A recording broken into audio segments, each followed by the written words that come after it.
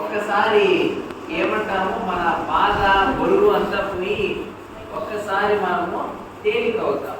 ఏది మంచి వాసన, మెదడులో ఉన్న టెన్షన్, మనసులో ఉన్న బరువు అంతా పోతుంది. పరిమళానికి, సువాసనకు ఉండే శక్తి అది. అందుకే యేసయ్య ప్రేమను పరిమళంతో పోల్చారు.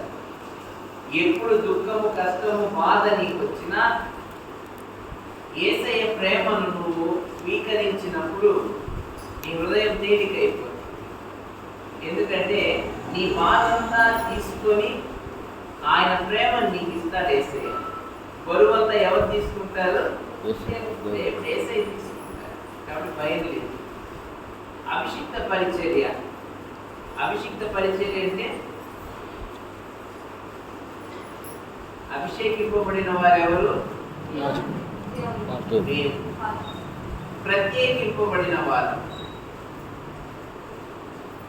చాలా వరకు మనం అందరం ఏమని చూస్తామంటే, సేవకుడు గౌరవించాలా, నమస్కారం చెప్పాలి, ఏమనకూడదు, బాబుని ఏమనకూడదు, శాపము, ఇవన్నీ మనం వింటా నేర్చుకుంటా వస్తాను. ఎందుకు శాపము, ఎందుకు ఏమనకూడదు అంటే, మేము ఎన్నుకోబడింది ఎవరి చేత? దేవుడి చేత ఎన్నుకోబడిన మేము. మరి దేవుడితో ఎన్నుకోబడిన వీళ్ళు తప్పు చేయొచ్చా సార్? చాలా మందికి ఉండే ప్రశ్న కదా. వాళ్ళు చేయొచ్చా తప్పులు? ఎన్నుకునేది ఎవరు? దేవుడు. ఇష్టం లేకపోతే మళ్ళీ తీసేసేది ఎవరు? మధ్యలో మనకు పని లేదు. మనం ఎవరు? నిమిత్త మాత్రంలో మాత్రమే. ఎవరైనా చాలాసార్లు మనం అనుకుంటా ఉంటాం, ఇతరులకు నేను సంపూర్తిగా వాళ్ళకు నేను సహాయం చెయ్యాలా అని ఎవరన్నా అనుకునేది జాగ్రత్త. సహాయం చెయ్యాలనేది మన పని. ఆకలితో ఉన్నారు వాళ్ళకంతా,